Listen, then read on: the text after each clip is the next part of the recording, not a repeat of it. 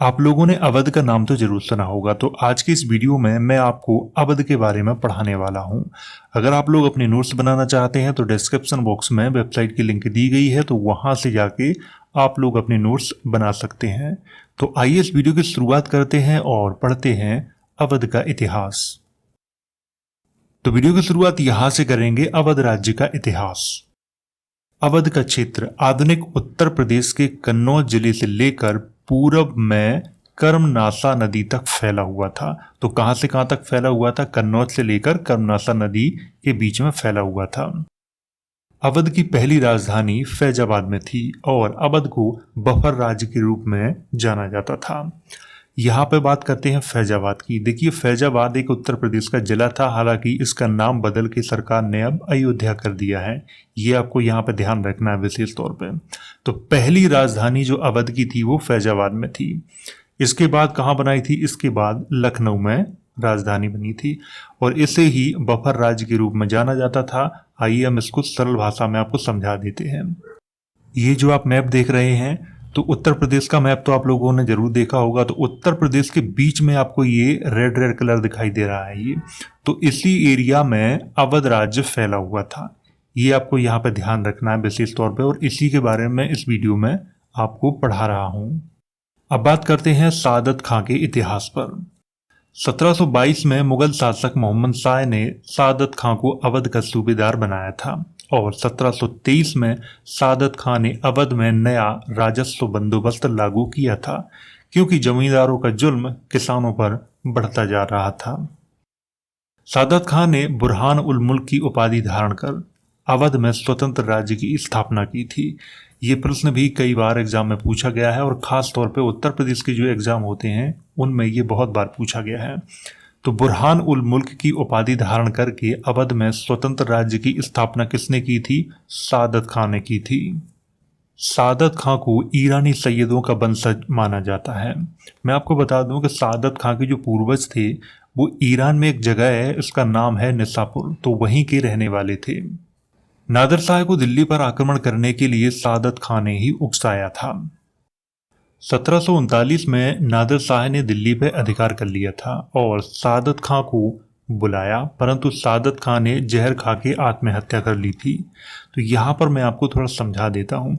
सबसे पहले तो मैं आपको बता दूं कि नादिर शाह के बारे में पढ़ा चुका हूँ। अगर आपने वीडियो नहीं देखा है तो वो वीडियो इस वीडियो के अंत में मिल जाएगा, तो उसे आप ज़रूर देखें। मैंने कंप्लीट जानकारी दी है नादिर शाह के बारे में उस वीडियो में। तो अब यहाँ पे बात करते हैं कि नादिर शाह को किसने उकसाया था दिल्ली पे आक्रमण करने के लिए? सादत खां ने उकसाया था। तो फरवरी 1739 में नादिर शाह ने पंजाब पे आक्रमण किया और 24 फरवरी 1739 को करनाल का युद्ध हुआ था। किस किस के मध्य में हुआ था? मोहम्मद शाह और नादिर शाह के मध्य में हुआ था, क्योंकि मोहम्मद शाह ही उस समय दिल्ली का शासक था। मोहम्मद शाह के साथ कौन कौन था? सादत खां, निजाम और मीर बख्शी था।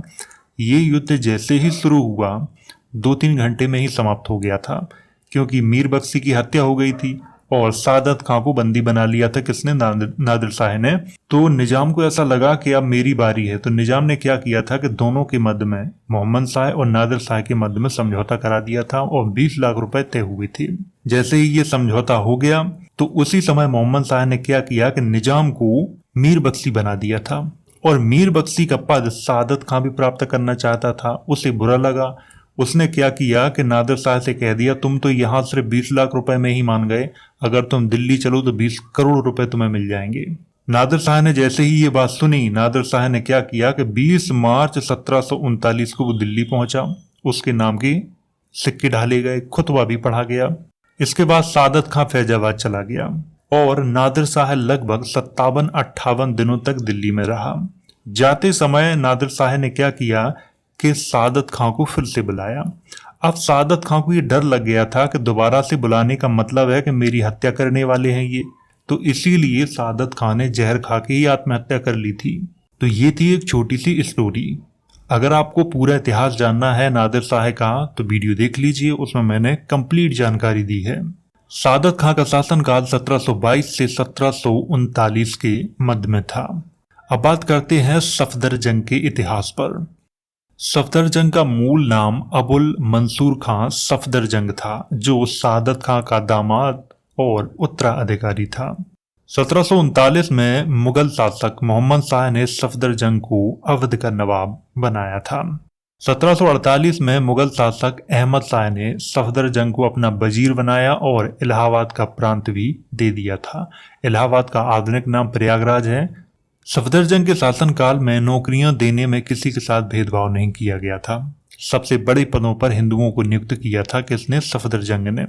1753 ईस्वी में सफदरजंग ने राजा नवाब राय को अपना वजीर बनाया था और 1754 में सफदरजंग की मृत्यु हो गई थी। सफदरजंग की मृत्यु के बाद उसका पुत्र शुजा उद-दौला उत्तराधिकारी बना था।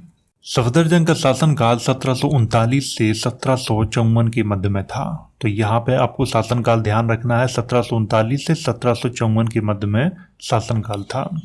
अब बात करते हैं शुजा उद-दौला के इतिहास पर।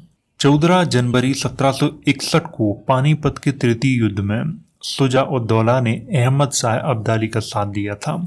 देखिए, पानीपत के तृतीय युद्ध की चर्चा मैंने 2 वीडियो में की थी। एक की थी अहमद शाह अब्दाली के इतिहास को जब मैं पढ़ा रहा था तब की थी, और दूसरा जब मैंने पेशवाओं के इतिहास को पढ़ाया था तब भी मैंने की थी। इन दोनों में से किसी भी वीडियो को आप लोग देख लीजिए, उसमें कंप्लीट जो जानकारी है वो आपको मिल जाएगी। तो अब यहाँ पे बात करते हैं कि शुजा उद-दौला ने पानीपत के तृतीय युद्ध में किसका साथ दिया था? अहमद शाह अब्दाली का साथ दिया था। अहमद शाह अब्दाली कहाँ का शासक था? अफगानिस्तान का। 1759 ईस्वी में शाह आलम द्वितीय को अपने वजीर इमाद उल मुल्क की शत्रुता के कारण दिल्ली छोड़ना पड़ा था। तो शुजा उद-दौला ने क्या किया था कि लखनऊ में शरण दी थी। यहाँ पर मैं आपको थोड़ा समझा देता हूँ।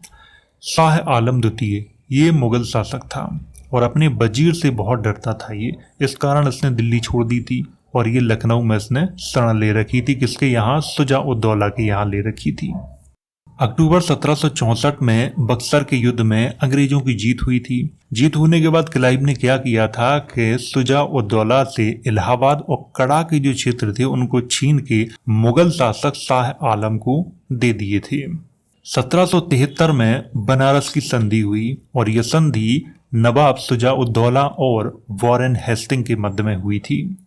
इस संधि के तहत इलाहाबाद और कड़ा के क्षेत्रों को 50 लाख रुपए में बेच दिया था।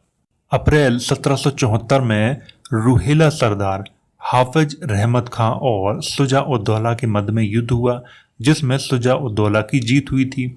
और शुजा उद-दौला ने क्या किया था कि संपूर्ण रोहिल खंड को अपने साम्राज्य में शामिल कर लिया था, यानी कि पूरे रोहिल खंड को अवध में शामिल कर लिया था। तो ये रोहिल खंड कहाँ था? रोहिल खंड दिल्ली और अवध के बीच में था। शुजा उद-दौला का शासनकाल 1754 से 1775 के मध्य में था। अब बात करते हैं आसफ उद-दौला के इतिहास पर।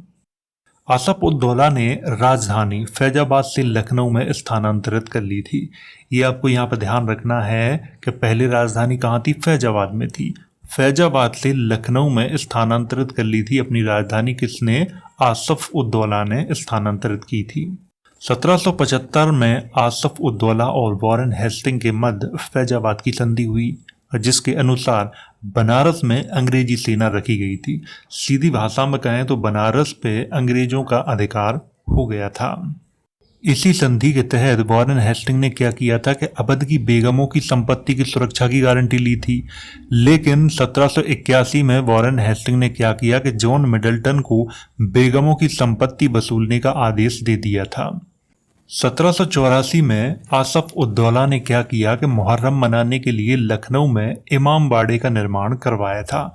आप जो सामने देख रहे हैं ये है इमाम बाड़ा, और इसका निर्माण किसने कराया था? आसफ उद-दौला ने करवाया था। आसफ उद-दौला का शासनकाल 1775 से 1797 के मध्य में था।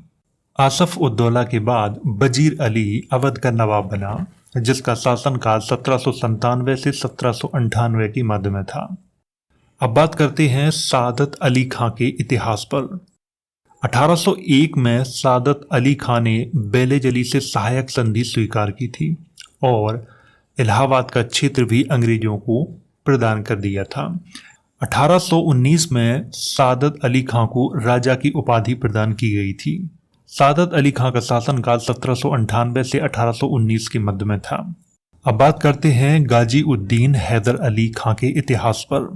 1815 ईस्वी में वॉरेन हेस्टिंग ने गाजी उद्दीन हैदर अली खां को बादशाह की उपाधि प्रदान की थी। किसने की थी?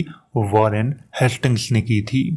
गाजी उद्दीन हैदर अली खां के बाद नासिरुद्दीन मोहम्मद अली अमजद अली नवाब बने, लेकिन इनके शासनकाल में कोई भी ऐसा कार्य नहीं हुआ था जो परीक्षा की दृष्टि से महत्वपूर्ण हो, इसीलिए मैंने इनके शासनकाल के बारे में कोई भी जानकारी का उल्लेख इसमें नहीं किया है। केवल यहाँ पर मैंने नाम का उल्लेख किया है ताकि आपको याद रहे। अब बात करते हैं बाजद अली शाह के इतिहास पर।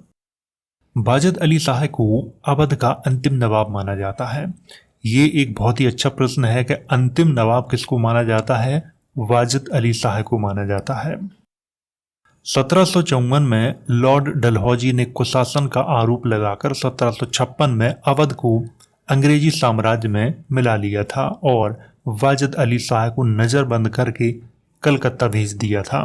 तो ये तो था अवध का इतिहास, और इस वीडियो में मैंने वही जानकारी दी है जो परीक्षा की दृष्टि से बहुत महत्वपूर्ण थी। अगर आप लोग अपने नोट्स बनाना चाहते हैं तो डिस्क्रिप्शन बॉक्स में वेबसाइट की लिंक दी गई है, तो वहां से जाके बना सकते हो। तो वीडियो अगर अच्छा लगा हो तो इसे लाइक करें, शेयर करें। वीडियो देखने के लिए धन्यवाद।